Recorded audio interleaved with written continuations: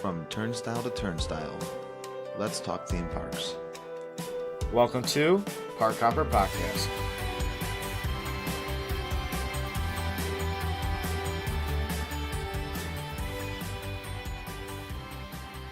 Welcome back. We are here again for another episode. My name is Dominic Eefko. We are here with Peter Brookhart.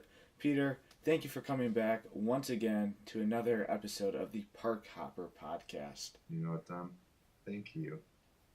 Thank you me. for coming back. Yeah. Thank me, thank you. Yeah. Hello.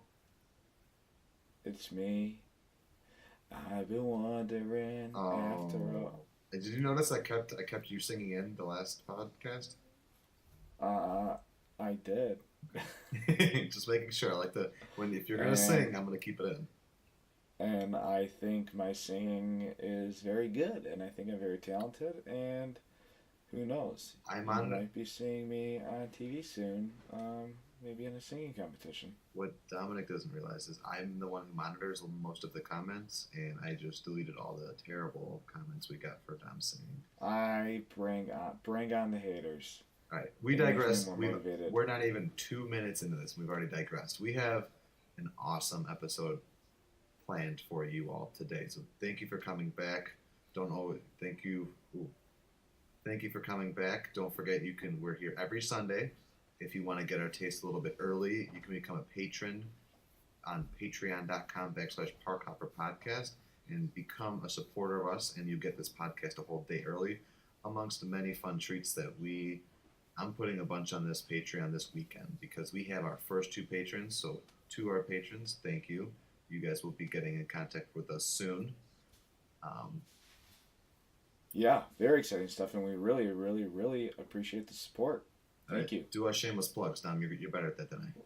Okay, well, I just want to let you guys know, for those who are listening, you can follow Peter Brookhart at the Brookhart Project on YouTube, Twitter, and Instagram to follow along their Orlando, Florida journey, going to all the theme parks in Orlando and doing other stuff outside, up and around, inside and out of Florida. And you can follow myself and my girlfriend Victoria on YouTube at Dom and Vic, and on Instagram at Dom and Vic Eats Detroit to follow us on our foodie adventures. And if you stay tuned and you do subscribe, you will be seeing us in the Central Florida area pretty darn soon. So we're really excited about that, and really excited to put out some really good content for anyone that is interested in our lives. So that is us. Are you going to say something, Peter? I'm going to say something about, I'm going to do some shameless petting on my own back because you brought this up, and I want to let you know I haven't told you, I don't think, about what we're doing. Sarah and I are coming up on our 2,000th subscriber. We're at 1966 right now. Awesome. A lot of accounts do giveaways to kind of get you over the hurdle of 2,000. I'm not going to do that. I want all of my followers to watch me for my obnoxious rambling and talking about theme parks and my adventures with my wife. But What we are going to do as a little treat, because this past week was our 200th vlog, so we've done over 200 daily video production, edit, posting, and promoting over 200 times. Doing that strong. We're really proud of that. So what we're doing is one of our best non-Disney YouTube influences is a YouTuber by the name of Casey Neistat, lives in New York. He's one of the biggest YouTubers of all time. He recently started his own clothing line. He's got 2 shirts and 2 hoodies. And as a pat on our back, when we hit that 2,000, we're going to go there and we're going to buy ourselves one of the Casey Neistat hoodies and say, work harder, because he's all about the grind, about knocking this out. We're going to get them for ourselves. You're going to go to New York to get them? No, you can buy them online. Are you going to buy them? We're going to buy them online. I would love to go to New York and buy them, but I don't think he has a shop. But I could wear it and then go stand outside of his apartment. Right. And say, hey, Casey, it's me. Hey, Casey, it's me, Peter. You're one of my subscribers, and I just want to say thanks. I think he'll know. If you just say, hey, Casey, it's me, I think he'll know it's you just from saying that. I think you would too, and I'm gonna confess, I message him a lot. I comment, I message. That's what I do. I do that to a lot. Everybody if you go on YouTube right now, it's very important to me to comment back to every single comment that we get.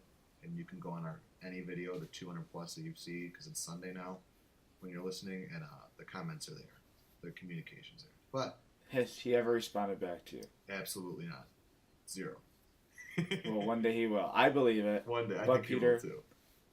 before we forget, I also want to mention that you can send us via email or you can message one of us your theme park testimonials at parkhopperpodcast@gmail.com. And what these are, we've mentioned it before, these are just experiences that you have had at other theme parks or any theme park. Doesn't have to be Disney, doesn't have to be a theme park in Central Florida. It can be anywhere in the world, an experience that you had that you want us to read on air for everyone to hear. So like I said, that is at parkhopperpodcast@gmail.com. All right, I think it's time we dive into our 7th episode. Let me just try to recall. Have we talked about anything but Disney yet? We did talk a little Cedar Point. So we talked a little bit. Yeah, we touched on Cedar Point on the Fast Pass and Extra Magic Hours episode, which is still heavily Disney. Now today, we're breaking out of that bubble by about 10 miles, but we're still going to be in the bubble. And what we're doing today is, if you know the Central Orlando theme park market, you know that there are 2 heavy hitters. So you've got Universal Studios Orlando and Walt Disney World Resort. They We are still staying on I-4. We're not leaving I-4. I-4 is our comfort zone. SeaWorld's on it. A lot of the other places are on it. We're not leaving there just yet.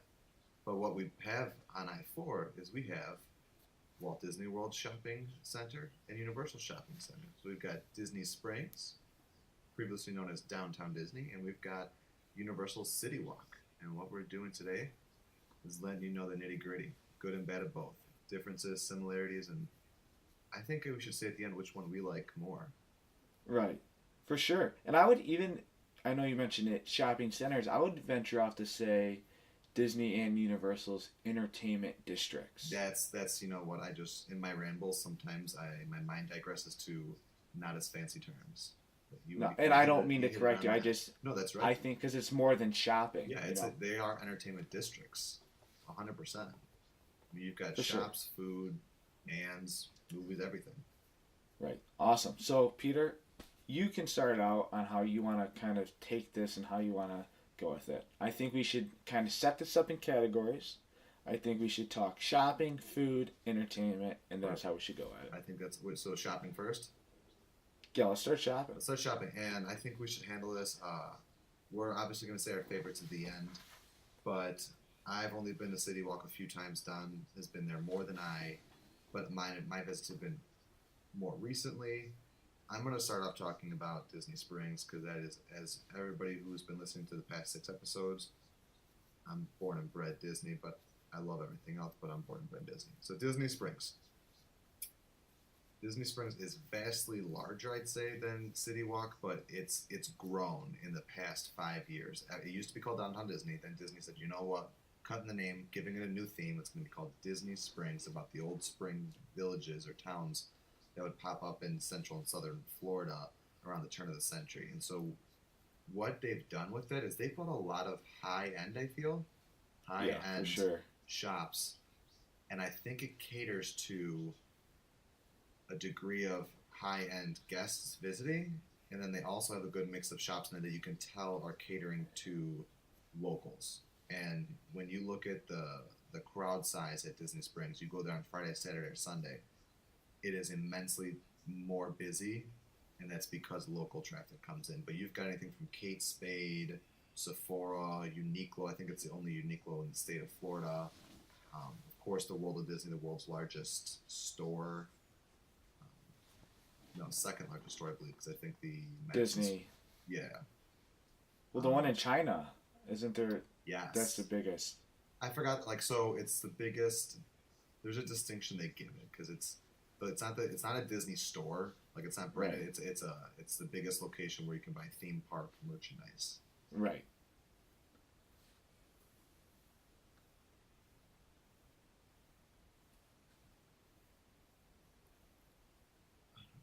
To say about their shops. Oh, so what Disney Springs, in addition to bringing in like high-end stuff, is it's a lot of lifestyle shops. They've got a couple of workout stores, Columbia, a fit to run store. They've got think a new awesome shop called Sugaboo, which I think there's a couple other, but I know it very reminiscent to Anthropology with little knickknacks, a little bit of home decor, but different rustic styles. To things like UGG, to Levi has a store there, Harley Davidson has a store there, so it's got a wide range. You can definitely tell they're trying to appeal to very international and try to get far spectrums of local people coming to spend money there and guests coming from around the world that are willing to spend a little bit more money. I think you just hit the nail on the head. And I'll kind of get to that. But what I think, so we kind of have a different perspective on downtown Disney, Disney Springs, whatever you still want to call it, because we lived there and you live there now. And when we were down there on our college program, Central Florida, Orlando area has multiple places you can get shopping done. They have the Mall Millennia, which is more of a high-end shopping mall.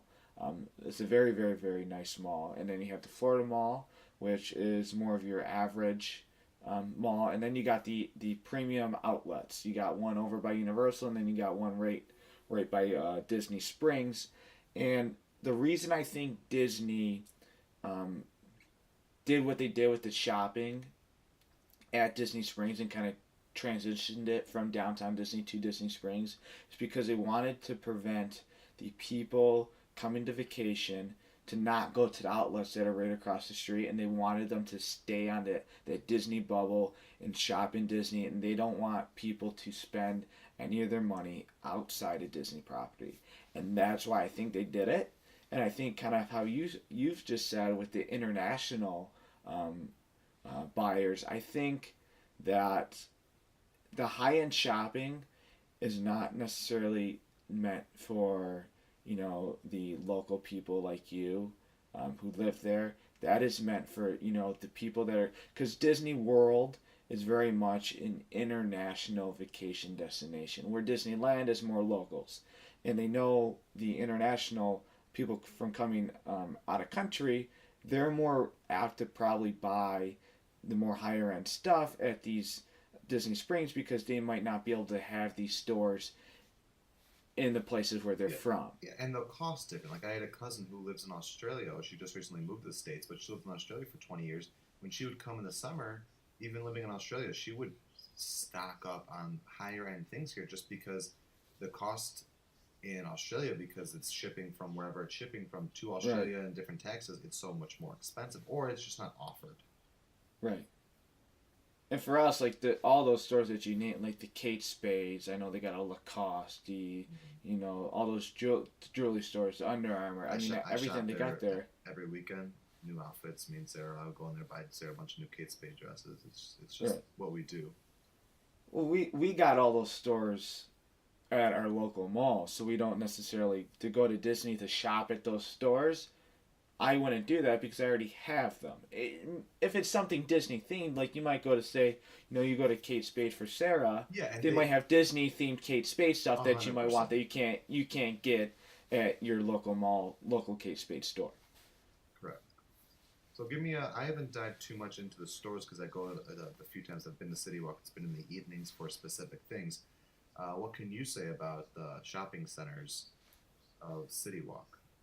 I think the shopping at City Walk is definitely something that's not on the same level as Disney Springs. As very much so that Disney Springs is kind of going through their transition from downtown Disney to Disney Springs. City Walk and Universal have actually kind of been trying to do the same thing, trying to transition City Walk as well. So the shopping, I was there last February, the shopping, and you were just there this past week, it's not as heavy as maybe it was. Not that it ever was heavy to begin with, but a lot of the stores are kind of shut down. They used to have, I believe it was a Billabong. I don't know if it's still there. They have a different shopping. Okay, similar to it. It's a surf shop, yeah, but it's probably the biggest store they have there. Yeah. And then they have a Fossil, which I was surprised to see that. Fossil. They got the Universal Studios stores right down there. So that's really kind of, unless I'm missing something, it's kind of really... You're missing one, but it's like a tchotchke store. It's like a bunch of little tchotchkes and art pieces, like a fun, as seen on TV, kind of different kind of store. Right, and they have like the stands outside of they got like the Margaritaville store inside the Margaritaville restaurant, or the Twosome store inside of Twosomes, stuff like that. But I would say individual stores on their own, Universal and City Walk kind of lack in that aspect, and I think a lot for that is because yes, they have the shopping um, there. They're more focused is on their entertainment aspect, I in my 100% agree. opinion. Well, let's skip our bread and butter, and I know we said we were going to go into shopping, food, entertainment, but I think that because Disney Springs kind of really was heavy on that shopping side, Yeah, let's level it out, and let's talk entertainment next to kind of give City Walk a little bump up there. And sure. you dive into that City Walk entertainment because I can talk to it from what I've seen, but I think you've experienced a little bit more or could talk to that a little bit better. Right. So City Walk, back in the day, especially when we were down there back in 2011, was very different than it is now. Two Sums Chocolate Emporium was not there. That was Dan Bier's restaurant. And then over at, entertainment and restaurant kind of goes hand in hand a little bit. Over where NBC Sports is now, that was the NASCAR restaurant. So now you have that. Some people might not consider this entertainment, but you have those big screen TVs outside NBC Sports. That is a form of entertainment. People sitting there like you did watching the Olympics or watching a football game, I literally stuff drove like there to that. watch the Olympics this week. Right. And then you have more on the second level as you kind of go up there. Well, before that, you got Margaritaville, which is something that uh, I'll kind of give my opinion on the food and all that later, but it's got a great vibe to it. They have live music inside and outside. It's just a good vibe. I love Jimmy Buffett, and it just has that good Florida feel to it. You have the Hard Rock Cafe that has a whole theater in there that they do comedy shows, concerts of all sorts. So that's a really good place to get good entertainment. And I think that's one thing that Disney might not have at Disney Springs is they don't have necessarily a big venue to have top, like, even if you want to call them C-list celebrities to come perform at, where Universal kind of does have that with No, the the only Hard thing Rock. I'd say to that is I've never been inside there, but you do get It, B or C bands that play at House of Blues.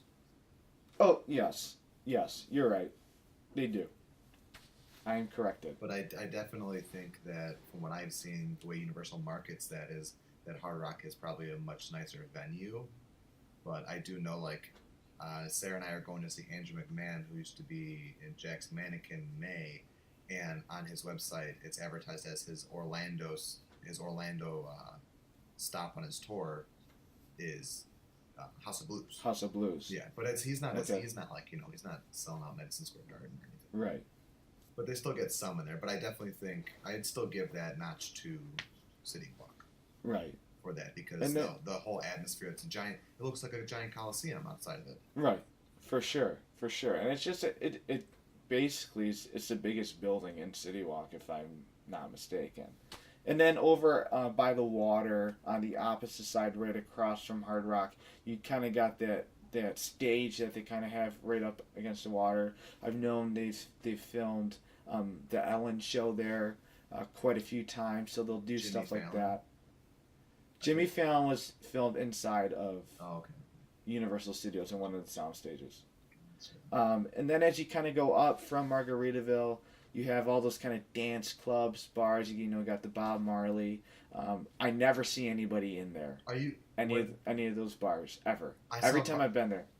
3 months ago, we went with our friends Sean, Caroline, and Dave, and we went to the backside of Cowfish has a patio bar up there. And we went up there just to have a drink before we all went home. And they were leaving because they were on vacation, so they wanted to milk every second. We were going home to go to work the next day. They were going to stay out, and they were going to Bob Marley's, and it was packed in there. Really? It was packed. To the I've point where I never. was like, I don't know if it's going to be even enjoyable. Like, I'm Right, glad I'm I've not- going home. It always seems dead over there. The The last- one the- bar. The rest of the aisle, because it's like a back alley kind of strip of bars and clubs, Yeah. the rest of it was empty and dead. But Bob Marley was jamming. The one that I've never been to, and I just watched a video of it today, and I'm trying to get Victoria and her family to go when we go down there, is I want to go to the karaoke bar at City Walk because they have a live band with backup singers and everything playing with you. It's called the Rising Star, and that just seems like an absolute riot. And I would love to do it, and I think that might be one of the cooler things that City Walk has to offer.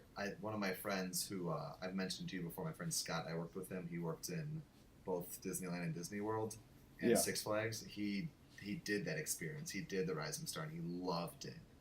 He absolutely loved it. It just seems like an absolute blast, especially if you can get some really good singers up there. I think that's just such a cool experience. And then as you kind of go across, they kind of got a catwalk right there a little bit.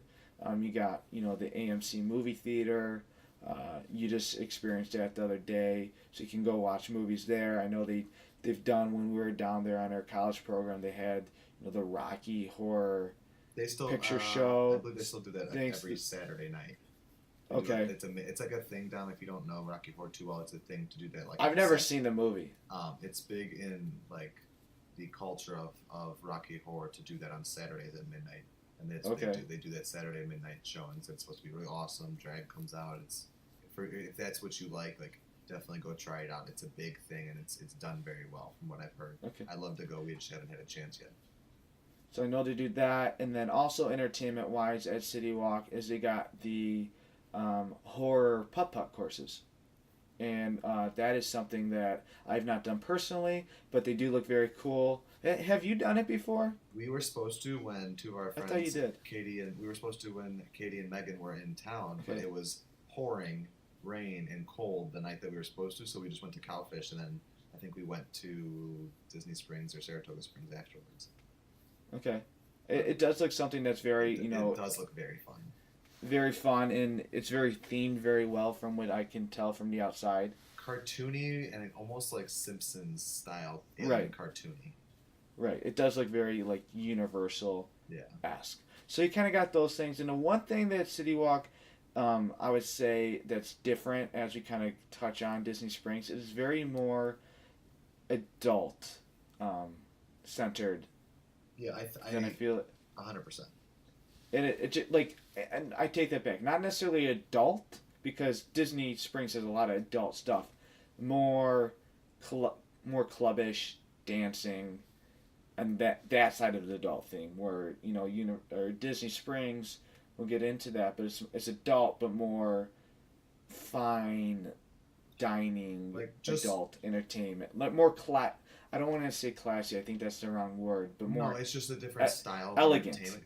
Different style of entertainment. To give you an example, as you're listening to us, Disney Springs is on average closed around 11 or 12 p.m. City Walk's open until 2 a.m. Yeah. And the ratio to dance floors and bars is probably like, I couldn't even tell you the number. It's immensely more towards City Walk. They've got so many lounges, bars, and dance floors, and I think Disney only has one dance floor that's not used consistently, and they've grown a number of bars, but it's a fraction of what City Walk offers. It's just a different kind of entertainment feel Right. that they offer. Right. But it's a good. I think it's a good balance between the both of them. Oh yeah, I agree with that. Let's jump over. You did. That was awesome. I didn't know. Can I mention like one last thing, Peter? Yeah. The one thing I think Universal doesn't have that we'll kind of touch in on Disney is they don't really have, roaming entertainment in City Walk. On the streets, hearing live music and stuff like that. Right, and that's what I'll use that to segue into my Disney Springs entertainment. That's one thing that Disney Springs that was like the easiest and best transition they had from going from downtown Disney Springs is they was night and day where they tried creating a different atmosphere of what the theming of this entertainment district looked like. And the very first and easiest way to do that was music and entertainment. And just like Dom said, they have roaming entertainment and staged and pop-up entertainment everywhere. There's just random like barricades and little ropes all over the place randomly, holding off space for two guys that are rapping. Over there, there's a guy playing the trumpet. Over there, there's the live statues where they don't move, and you go close and they grab you and they're not least expecting it. They even have a roaming piano player where it's a piano player, a man or a woman. They switch off or on a little platform playing the piano with music, singing, but they don't control it. They're on a platform that's being moved remotely. So they're just playing away and it's just roaming all throughout Disney Springs. Yeah, right outside of World of Disney, the central part of Disney Springs, they have their like band show where there's consistently a routine of 2 to 3 different bands that play that are cover music. There's salsa dancing there. That during the day and during different seasons, there's like we see dance competitions, bands like high school and elementary school bands playing there.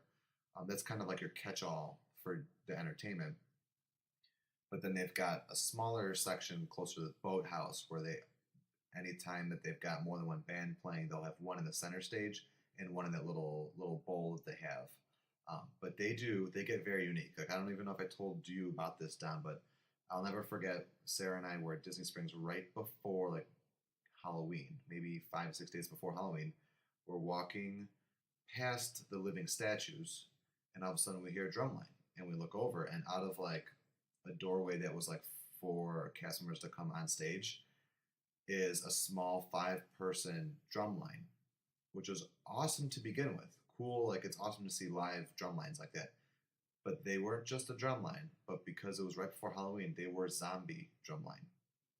They were in full marching band garb, but covered in like ripped and dirty and nasty looking. They looked like zombies as they were playing their songs and doing their routines. Yeah, so they definitely. I'll give Disney Springs the bands and the club dancing and the bars for entertainment, but I think musicality wise, yeah, what I say, yeah, City Walk. Musicality wise and uniqueness and diversity and like musical flavor, 100% Disney Springs. It's just not as consistent and not as late because I don't think there's a posted schedule. I love to go there. Me and Sarah go there quite often because it's close, it's easy. But we never know when when the two guys are going to be out rapping. We don't ever know when the drum line's coming out or the roaming piano. It's all kind of sporadic and random.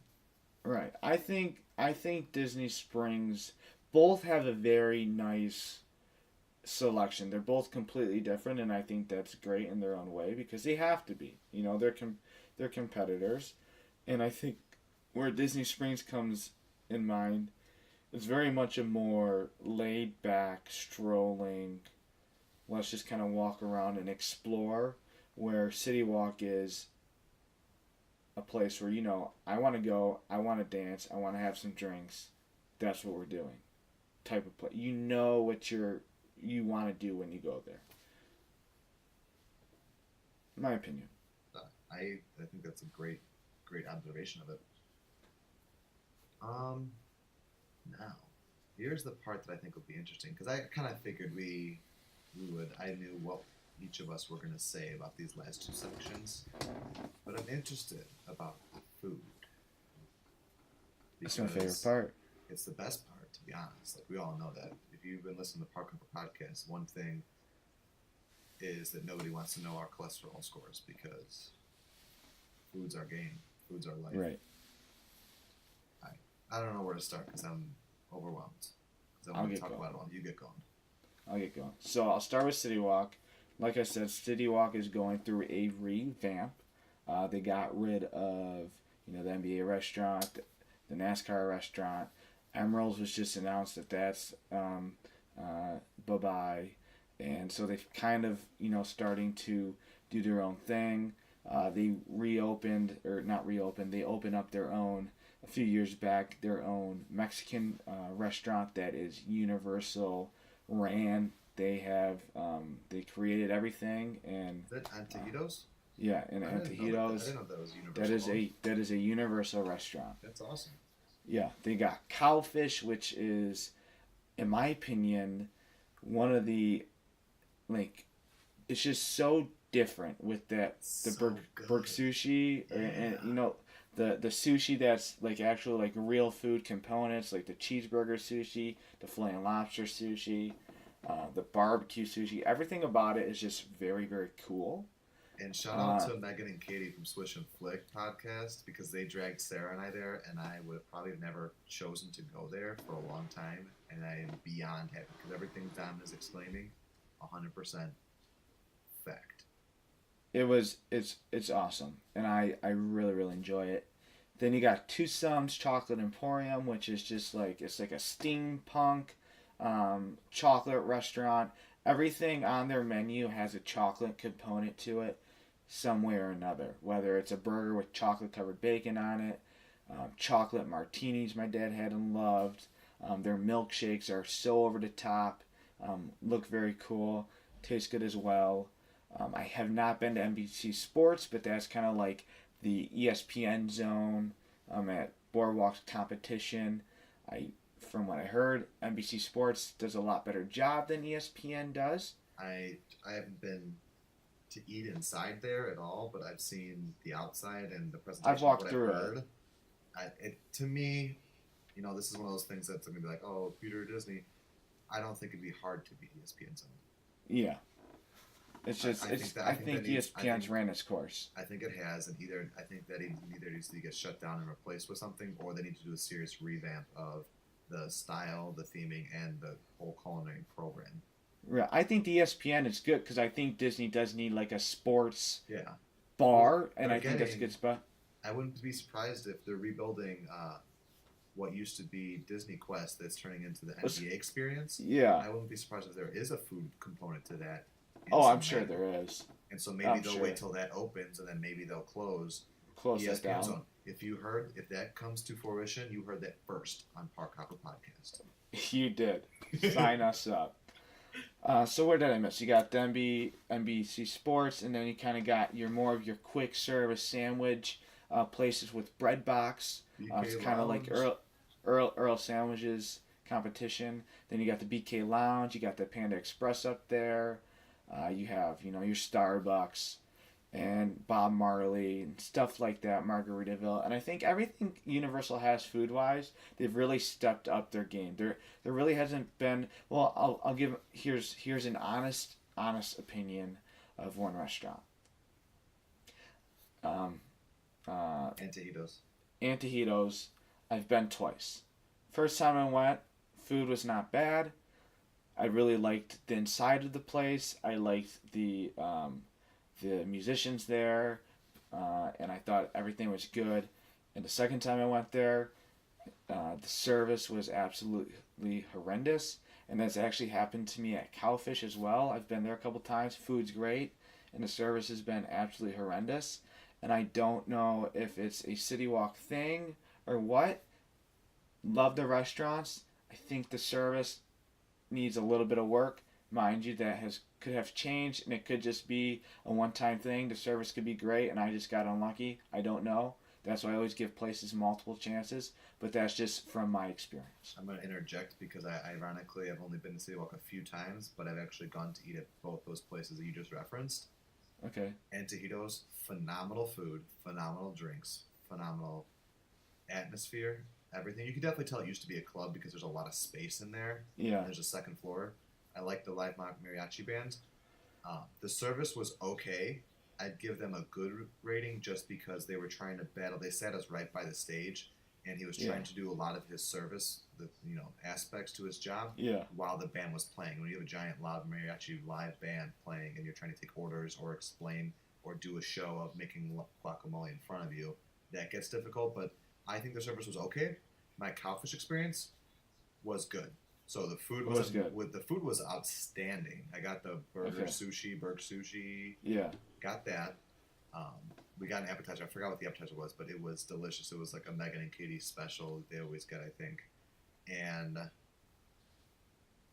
but the service was good. I did go up to the hostess and ask because they have a fish tank in there with a cowfish in there. I went Mhm. up there and asked if I can order cowfish, and the woman looked like I just about like crushed all of her dreams in life. She's like, "No, you cannot." I was like, "What? Do you like pick that cow? like the cowfish out of that bowl to order, and she's like, "No, you can't eat cowfish. It's poisonous." And that's our cowfish. That's like our family. And I was like, I am so sorry For offending you. for offending you and threatening to eat your family.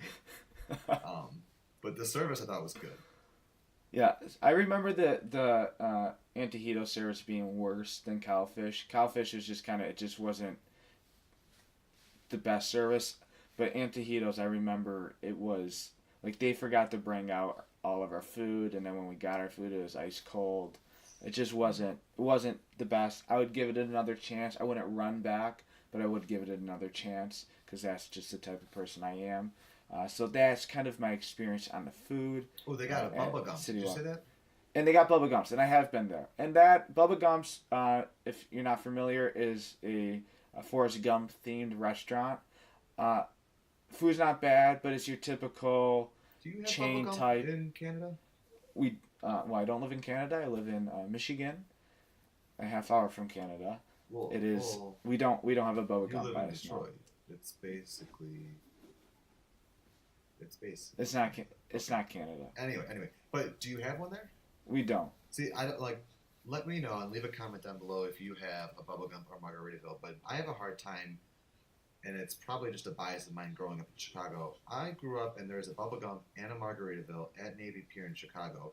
So to me, when I see City Walk and two of like their biggest restaurants are Bubba Gump and Margaritaville, to me, I'm like, so what? Like I got that at home. Like, but when I go to Disney Springs or I think about Antojitos or NBC Brew Grill, I'm like, these are experiences that I don't think are anywhere else, or I can't get anywhere else, or I don't have by me. But I'm like, is Bubba Gump a franchise? Is Margaritaville a franchise? Can I get that in so many other places and get the same experience? And it doesn't matter that I spent all my money to get to City Walk, but I'm just there now to get, like, it's like going to City Walk and getting a Burger King, which I like the BK Lounge. It's a good, quick, cheap snack, but it's like, I'm not going to travel to Florida, go on vacation, and get McDonald's. And so that's why, like, me and you ate at Margaritaville back in 2011, I think, before we did Halloween Horror Nights. I think we got nachos or something there. Like, it was good service, good food, but to me, it's just Bubba Gump, and it's just Margaritaville. All right, Margaritaville, I know it is kind of like a chained place, but that's kind of always had a special place in my heart, just because my family's big Jimmy Buffett fans. I just went to my first. I just went to my first Jimmy Buffett concert this past summer. It was an absolute blast. I just love when I hear Jimmy Buffett. I think Florida. Whenever I drive in a car, it just rained out my Sirius radio, but I would have Margaritaville as one of my top play sets. Do you and get Victoria your would flip going on? Fins Yeah. to the Yeah. left, fins to the right. The only bins in town. And she thinks I'm an old man for listening to Jimmy Buffett, and it's like, we both are. no. We both are. But I just own like, it. I don't Just think own that. it. I think it's a good place. I don't think the Jimmy would food's want bad you to either. own it. No, I don't think the food's bad. I just thought it was like, I love Margaritaville, I love Jimmy Buffett, but I just think it's not as exciting to me as like Homecoming. But I'll say Or this: you Full can't House.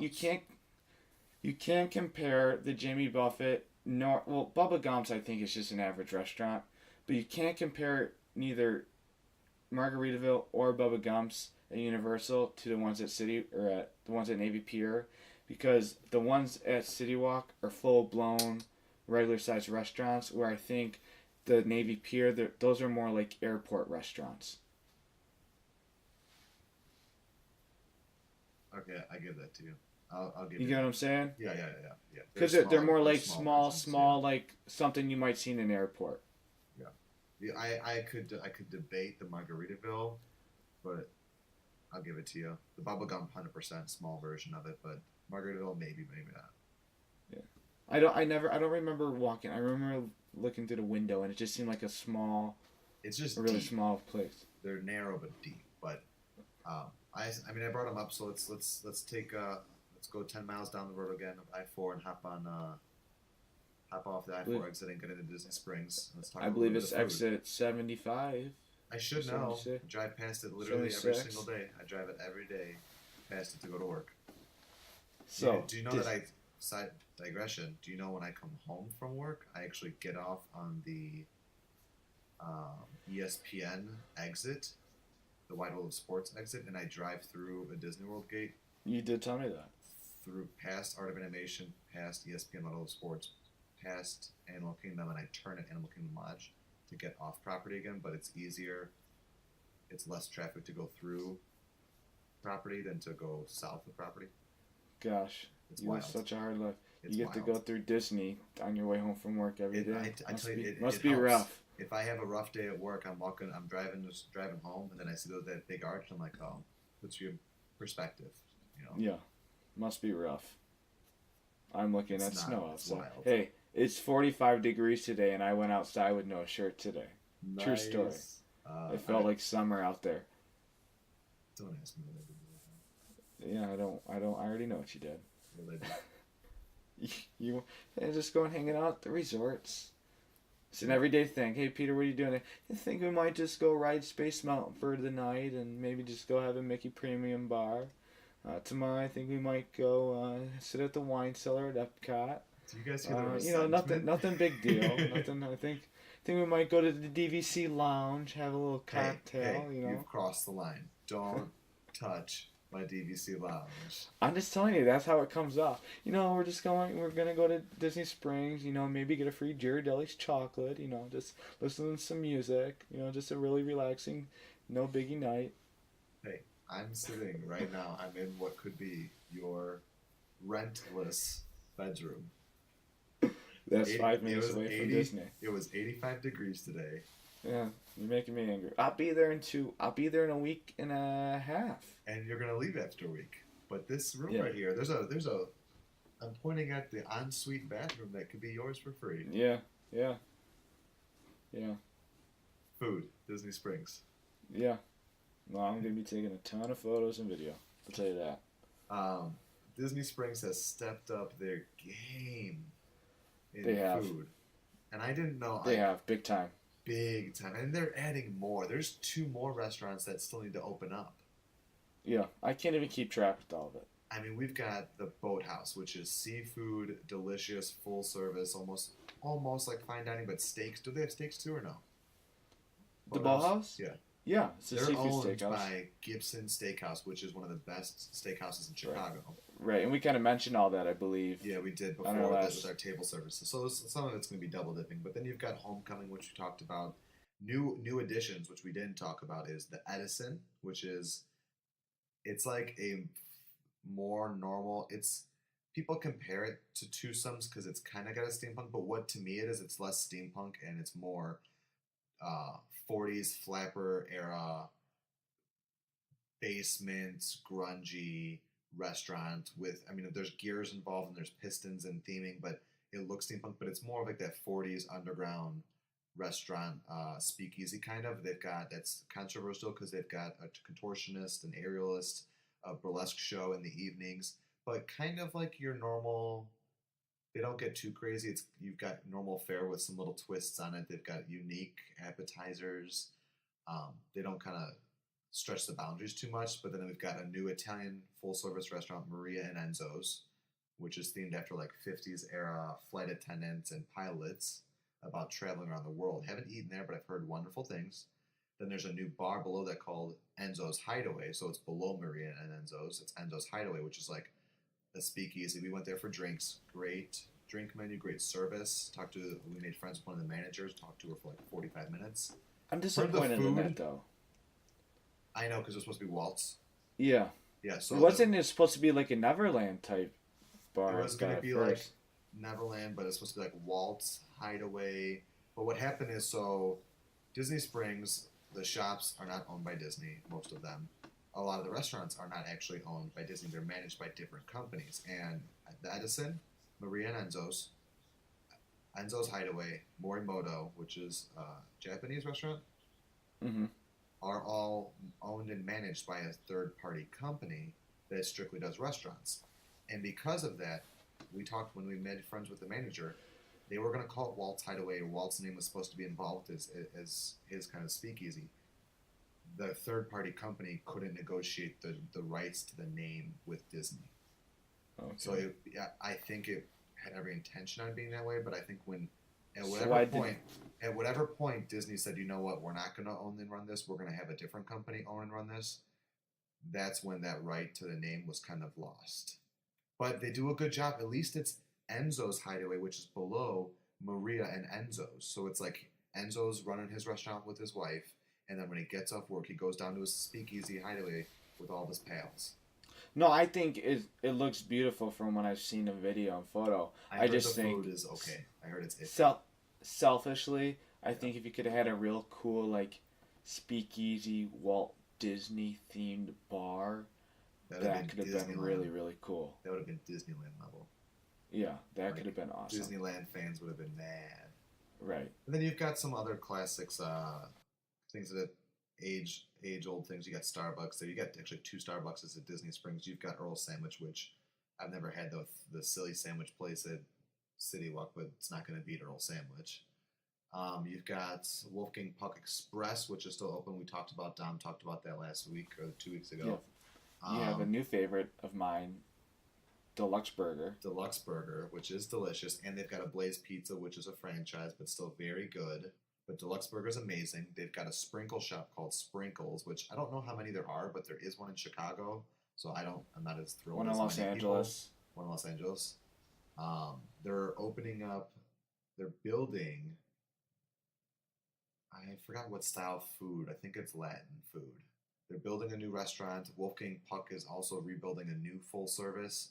So they've upped a lot of their game. Paddlefish is the old Fulton's Crab House, which is another seafood steak restaurant on a big boat. They've got a rooftop lounge and bar that has live music on Fridays and Saturdays. They're still opening up another Italian restaurant. And then they got Fronteras. They have Fronteras, which is amazing. They've got full service sit down and a quick service window. They have the poutine shop. Stand, and they have the sausage. The ganachery, which is a chocolatier joint. What else is new there? They got. I think we named just about everything. Polite but I Pig. think. Yes, the Polite Pig. The Polite Pig, which is I That's love open. this. It's open already. It's been open. The Polite Pig. Oh, it is? It's a barbecue joint that's supposed to be amazing. But what I like about this is it's a recreation of something called the Ravenous Pig that is a big barbecue restaurant in downtown Orlando. So this was amazing when they first announced it to me because they were taking something that's local to Orlando people and bringing it to Disney Springs. Also, I think that goes back to trying to have locals come on the weekends and spend their money and time for these shops. You could go to Disney Springs and theoretically buy clothes, buy food, go to have dinner. I remember last summer when we went to eat at Ravenous Pig downtown. They have Polite Pig. It's the same place. Let's go eat there. Kind of like A Chevelle and Small Chevelle. In Chicago. Yes, exactly like that. And they also got the food truck park as well. They moved part. They've now distributed that amongst different areas because they have bands that sing and play in that. Okay. In the original food truck park, but they've got about one or two food trucks there. Then they've got another. They moved one of the food trucks by Ghirardelli, which we didn't mention. That is actually a full Sunday ice cream joint. They have one of the food trucks there. The food trucks that kind of swap out different styles. One called Fancy Fair.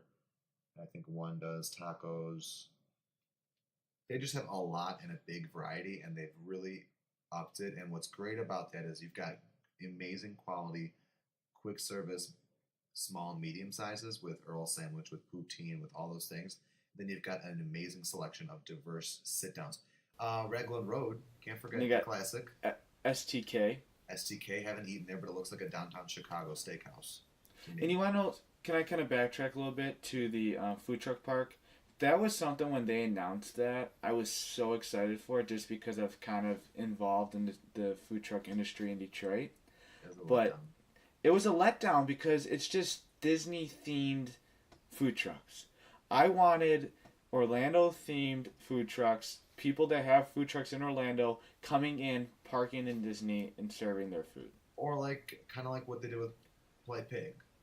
You know, like take a restaurant that's famous in downtown Orlando and go, hey, If you get yourself a truck, we'll let you park Right. at Disney Springs. Right. I didn't want Disney It food is. being It's served in Disney the food truck. It's Disney food on the truck. Yeah, I didn't want that, and that kind of just because I think it could have been so cool.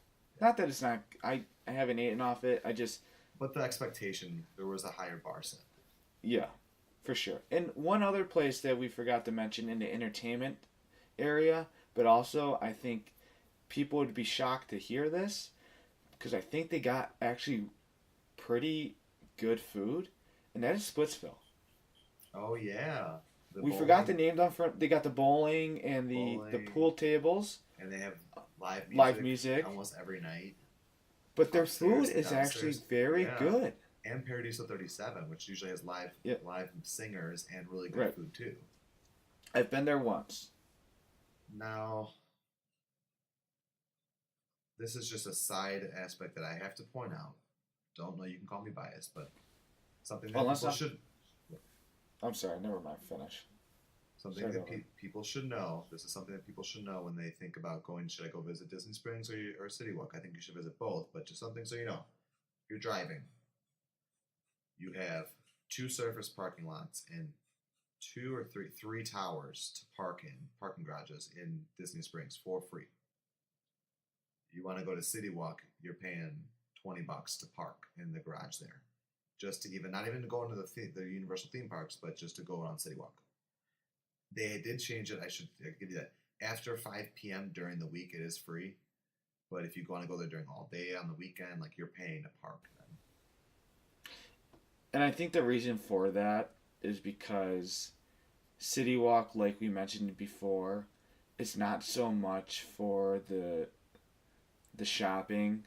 More times than not, people that are parking at Universal aren't just going to City Walk, they're going to the theme parks. So that's kind of why they do it. Where downtown Disney's more a place where, say, locals will go to, actually shop and do things. City Walk isn't necessarily that type of place, And if they were to say go out to eat, they're going after 5 o'clock when it's free parking. Right, and that's what I've done. I haven't been there before 5 because we're going there for the movies. We're going there to eat. We're going there to go to Halloween Horror Nights. It's all been after 5, and I don't have to park. And then when we get our passes, a lot of people who go there do have passes, and most of the passes have parking. I can't imagine most locals saying, hey, let's go grab lunch at, Cowfish at 12 o'clock in the afternoon. They're just probably not doing that. So most of the people that are going to Universal are going already to the parks anyways, and that's when they have to charge. Because it's because of how it's set up. Their parking is the same parking for City Walk. So they have no choice. And I will point out that if you're a resort stayer at either theme parks, you can take boats to some of the resorts from Disney to Disney Springs. You can take boats from some of the resorts at Universal to City Walk, and then you can also take a bus from any resort at Disney to Disney Springs. And I think all the resorts at Universal are technically within walking distance. And I'll tell you, I've done it before. I've done the walk. I've walked to Hard Rock and Portofino Bay, I believe it was. And that walk from City Walk to those hotels is absolutely beautiful.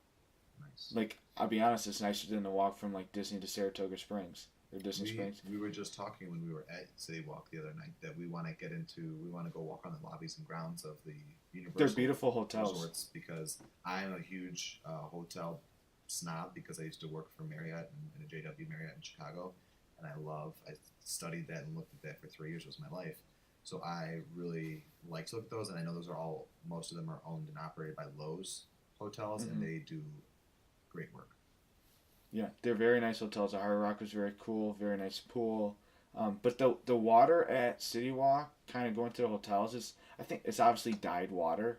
It's like this really like bright blue color, and kind of walking through with the palm trees, it looks very rainforest-esque. It's just, if you can go during the day when it's sunny outside, it's really, really, really neat. Cool. Well, So, what's your I think favorite? it's time to vote, yeah. What's So- your favorite?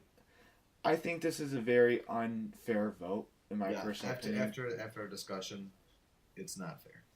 I 100% agree. Because So I'll just give my overall opinion.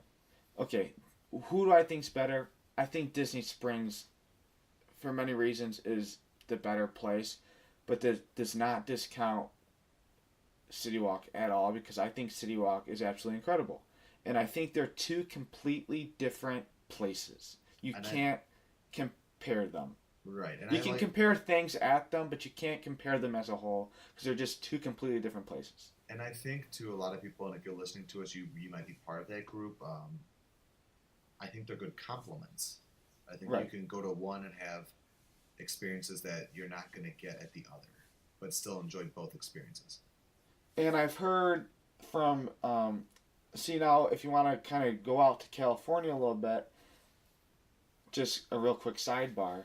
Before Disney Springs became Disney Springs, everyone used to say Disneyland's downtown Disney just blows Disney World's out of the water. And I'll be honest, I didn't understand that because I thought Disney World is double the size and had everything basically that Disneyland's had. The only difference was Disneyland's was connected to the theme parks. That's really the only difference. And I've heard Universal Hollywood, their City Walk is absolutely unreal and blows the Orlando City Walk out of the water as well. I've never been to the City Walk over there, but I've been to the Disneyland downtown Disney, and I will say that 7 years ago, that argument did not really have grounds 7 years ago, saying that Disneyland's better than Disney World. But it's a joke if you were to say that right now. And Oh, please there's leave no a there's no comment even down competition. below if you want to discuss that. But there's no competition. Disney Springs is on a whole different level than downtown Disneyland. Yeah. And I know they're doing a lot of additions, and they've closed some shops and buildings, and they're going to add some new ones. I think Splitsville. Splitsville is going to Disneyland, Yeah. but you're also losing Earl to do that, so there's give and take there. So who knows what Disney's They lost their House of Blues too. Right. Who knows what that's going to look like in say 5 years? But right now, current standing, Disney, it's not even a competition. Well, even before then, I just Yeah, even because I before went to then, I still Disneyland in 2012. People would say, oh, they would act like, oh, it's just so great. They have all this live entertainment. I don't maybe because I was only there for a day or two. I didn't see any more live entertainment at the Disneyland one than I did at Disney World. No. I just think it's more people from California are diehard Disneyland fans, and people on the East Coast are diehard Disney World fans.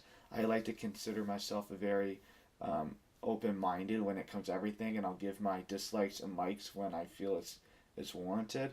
And I just didn't think that, in my opinion. I like to think I am, but I know I've got a strong bias to the East Coast. But on that note, let us know down below what you thought about our comparisons, agreements, disagreements. We love to hear from you.